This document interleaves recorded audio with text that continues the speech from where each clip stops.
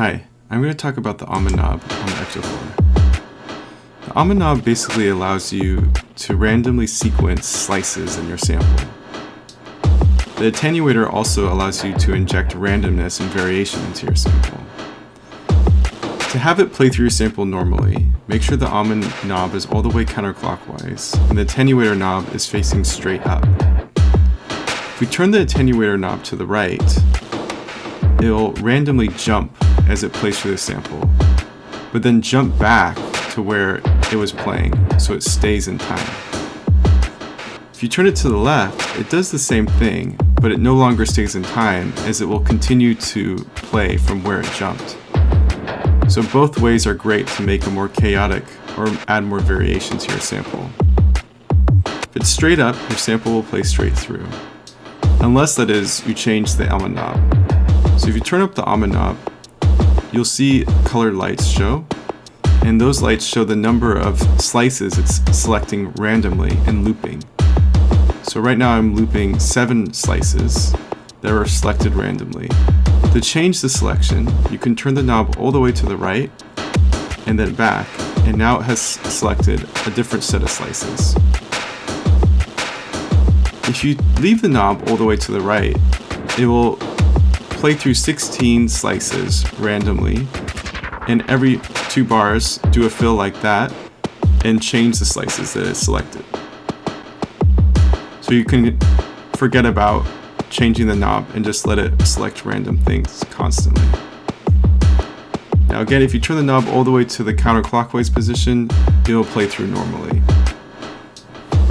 Now these two knobs have completely different functions when you have CV plugged in. So I have the ectocore right now in the settings changed so that it uses unipolar CV into the almond CV, and it will do a repeat on CV, which means that the ectocore, at every pulse, and there's 2 pulses per quarter note, will probe the CV in the almond port and then change it to that slice. So let's do that now. I'm plugging in a random CV from Pam's. And now in these knobs, you want to make sure this one's all the way counterclockwise and then this one's all the way clockwise. And that will allow you to map the voltage coming into the CV to the entire sample. If you want to change which part of the sample is used, you can turn this knob to the left. You can see I'm selecting just a region of the sample to be used. And then this one will select the start of that region. So in this way, you can select just pieces of your sample to be mapped from the voltage coming in. And again, I mentioned that right now it's getting a voltage 2 pulses per quarter note. So if I change this instead of 2x into 1, it will repeat every slice twice. So you want to make sure that you're sending in voltage at the correct 2 ppqn if you want it to change on every slice, on every beat. Otherwise, you can set it in the settings on the SD card to just jump on the change in CV instead of on every 2 ppqn.